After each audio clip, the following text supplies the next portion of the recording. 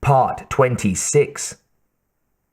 Behind them, the serviceway lit up like the sun as Ripley, Newt, and Hicks pounded along full tilt. They were a long way from the opening the corporal had cut in the wall of the duct, but the shockwave from the quadruple explosion was still powerful enough to rock the whole level. Newt kept her balance best and broke out in front of the two adults. It was all Ripley and Hicks could do to keep up with her. "This way! This way!" she was shouting excitedly. "Come on! We're almost there!" "Newt, wait!" Ripley tried to lengthen her stride to catch up to the girl. The sound of her heart was loud in her ears, and her lungs screamed in protest with every step she took. The walls blurred around her. She was dimly aware of Hicks pounding along like a steam engine just behind her. Despite his armor, he probably could have outdistanced her, but he didn't try. Instead, he laid back so he could protect against an attack from behind. Ahead, the corridor forked. At the end of the left-hand fork, a narrow angled ventilation chute led upward at a steep 45 degrees. Newt was standing at its base, gesturing frantically. "Here! This is where we go up!" Her body grateful for a respite, no matter how temporary, Ripley slowed to a halt as she examined the shaft. It was a steep climb, but not a long one. Dim light marked the end of the ascent. From above, she could hear the wind booming like air blowing across the lip of a bottle. Narrow climbing ribs dimpled the smooth sides of the shaft. She looked down to where the chute punched a hole in the floor and disappeared into unknown depths of lost darkness. Nothing stirred down there, and nothing came climbing towards them. They were going to make it. She put her foot onto the first climbing rib and started up. Newt followed as Hicks emerged from the main corridor behind them. The girl turned to wave. "Just up here, Mr. Hicks. It's not as far as it looks. I've done it lots of times."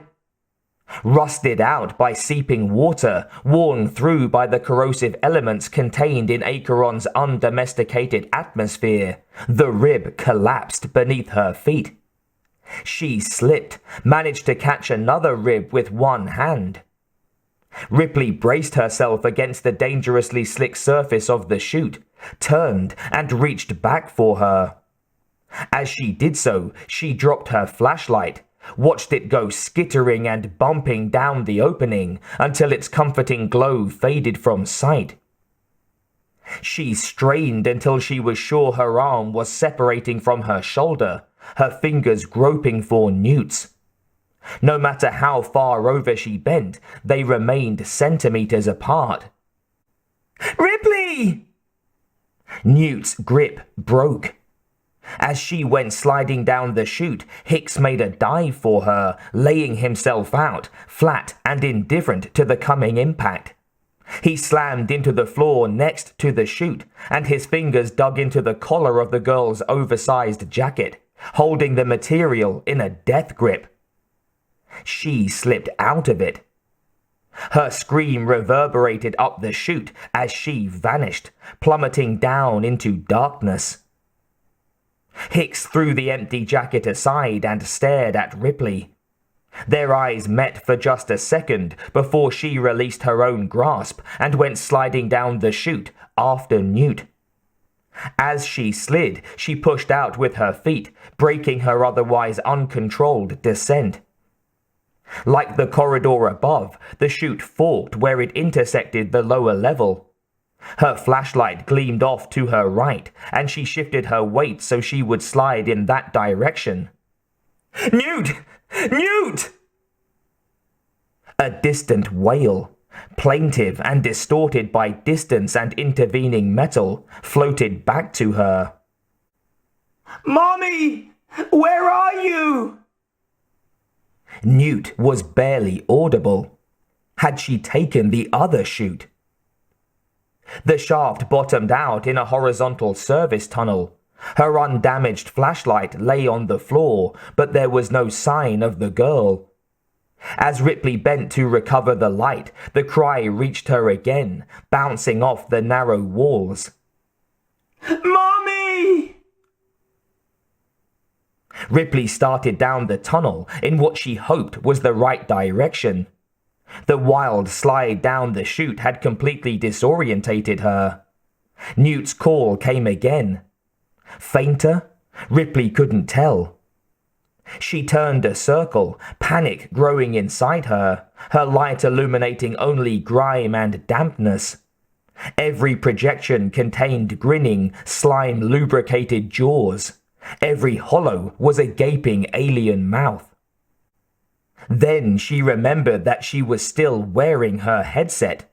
And she remembered something else. Something the corporal had given her that she had given away in turn.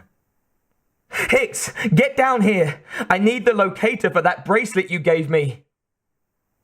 She cupped her hands to her mouth and shouted down the service way. "Newt! Stay where you are! We're coming!" The girl was in a low, grotto-like chamber where the other branch of the chute had dumped her. It was crisscrossed with pipes and plastic conduits and was flooded up to her waist. The only light came from above, through a heavy grating. Maybe Ripley's voice had also, she thought. Using the network of pipes, she started to climb. A large, bulky object came sliding down the chute. Hicks wouldn't have found the description flattering, but Ripley was immensely relieved to see him, no matter how rumpled he looked. The mere presence of another human being in that Stygian, haunted tunnel was enough to push back the fear a little way. He landed on his feet, clutching his rifle in one hand, and unsnapped the emergency location unit from his battle harness. "I gave you that bracelet," he said accusingly, even as he was switching the tracker on. "And I gave it to Newt. I figured she'd need it more than I would, and I was right. It's a good thing I did, or we'd never find her in this. You can bawl me out later. Which way?"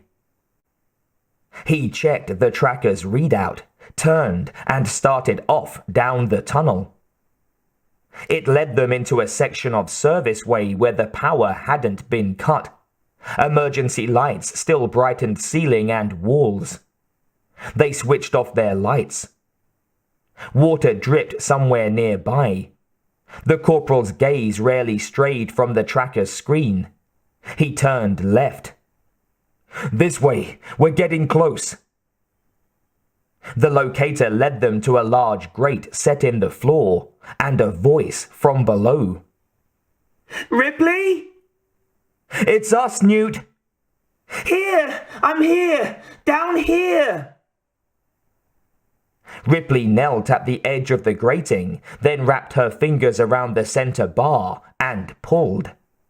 It didn't budge. A quick inspection revealed that it was welded into the floor instead of being latched for easy removal. Peering down, she could just make out Newt's tear-streaked face. The girl reached upward. Her small fingers wriggled between the closely set bars. Ripley gave them a reassuring squeeze. "Climb down off that pipe, honey. We're going to have to cut through this grate. We'll have you out of there in a minute." The girl obediently backed clear, shimmying down the pipe she'd ascended as Hicks fired up his hand torch. Ripley glanced significantly in its direction, then met his eyes and lowered her voice. "How much fuel?" She was remembering how Vasquez's flamethrower had run out at a critical moment. He looked away. "Enough." Bending, he began cutting through the first of the bars. From below, Newt could watch sparks shower blindingly as Hicks sliced through the hardened alloy. It was cold in the tunnel, and she was standing in the water again. She bit her lip and fought back tears. She did not see the glistening apparition rising silently from the water behind her. It would not have mattered if she had. There was nowhere to run, no safe air duct to duck into. For a moment, the alien hovered over her, motionless, dwarfing her tiny form. Only when it moved again did she sense its presence and whirl. She barely had enough time to scream as the shadow engulfed her. Ripley heard the scream and the brief splashing below and went completely berserk. The grating had been half cut away. She and Hicks wrenched and kicked until a portion of it bent downward. Another kick sent the chunk of crumpled metal tumbling into the water. Heedless of the red-hot edges, Ripley lunged through the opening, her light clutched in one hand, its beam slashing over pipes and conduits. "Newt! Newt!" The surface of the dark water reflected the light back up at her. It was placid and still after having swallowed the section of grill. Of the girl, there was no sign. All that remained to show she'd ever been there was Casey. As Ripley looked on helplessly, the doll's head sank beneath the oily blackness. Hicks had to drag her bodily out of the opening. She struggled blindly, trying to rip free of his embrace. "No! No!" It took all his strength and greater mass to wrestle her away from the opening. "She's gone," he said intensely. "There's nothing you or I or anybody else can do now. Let's go." A glance showed something moving at the far end of the corridor that had led them to the grating. It might be nothing more than his eyes playing tricks on him. Eye tricks on Acheron could prove fatal. Ripley was sliding rapidly into hysteria, screaming and crying and flailing her arms and legs. He had to lift her clear of the floor to keep her from diving through the gap. A wild plunge into the water-filled darkness below was a short course to suicide. "No! No! She's still alive! We have to—" "All right!" Hicks roared. "She's alive! I believe it! But we gotta get moving! Now! You're not going to be able to catch her that way!" He nodded at the hole in the floor. "She won't be waiting for you down there, but they will. Look!" He pointed and she stopped struggling. There was an elevator at the far end of the tunnel. As both humans looked on in horror, the automatic safety built into the elevator doors buzzed and began to part. The machine could not discriminate between human and alien. The drooling abomination lunged towards them, and Hicks blew it away, firing his pulse rifle at point-blank range. Too close. Acid sluiced between the closing doors to splash across his chest as he shielded Ripley with his armor. Fortunately, none of the acid struck the elevator cables. The elevator began to ascend, clawing its way towards the surface on lingering emergency power. Hicks tore at the quick-release catches on the harness as the powerful liquid ate through the composite fiber armor. His plight was enough to galvanize Ripley out of her panic. She clawed at his straps, trying to help as much as she could. Acid reached his chest and arm, and he yelled, shucking out of the combat armor like an insect shedding its old skin. The smoking plates fell to the floor, and the relentless acid began to eat through the metal underfoot. Acrid fumes filled the air inside the elevator, searing eyes and lungs. After what seemed like 1,000 years, the elevator ground to a halt. Acid ate through the floor and began to drip onto the cables and support wheels. The doors parted and they stumbled out. This time it was Ripley who had to support Hicks. Smoke continued to rise from his chest and he was doubled over in agony. "Come on! You can make it! I thought you were a tough guy!" She inhaled deeply, coughed, and inhaled again. Hicks choked, gritted his teeth, and tried to grin. After the foulness of the tunnels and ductways, the less than idyllic air of Acheron smelled like perfume. "Almost there!" Not far ahead of them, the sleek, streamlined shape of Dropship 2 was descending erratically towards the landing grid like a dark angel, side-slipping as it fought its way through the powerful wind gusts just above the surface. They could see Bishop, his back to them, standing in the lee of the transmitter tower as he struggled with the portable guidance terminal to bring the dropship in. It sat down hard and slid sideways, coming to a halt near the middle of the landing pad. Except for a bent landing strut, the inelegant touchdown appeared to have left it undamaged. Ripley yelled. The synthetic turned to see the two of them stumbling out of a doorway in the colony building behind him. Putting the terminal down carefully, he ran to help, getting one powerful arm under Hicks and helping him towards the ship.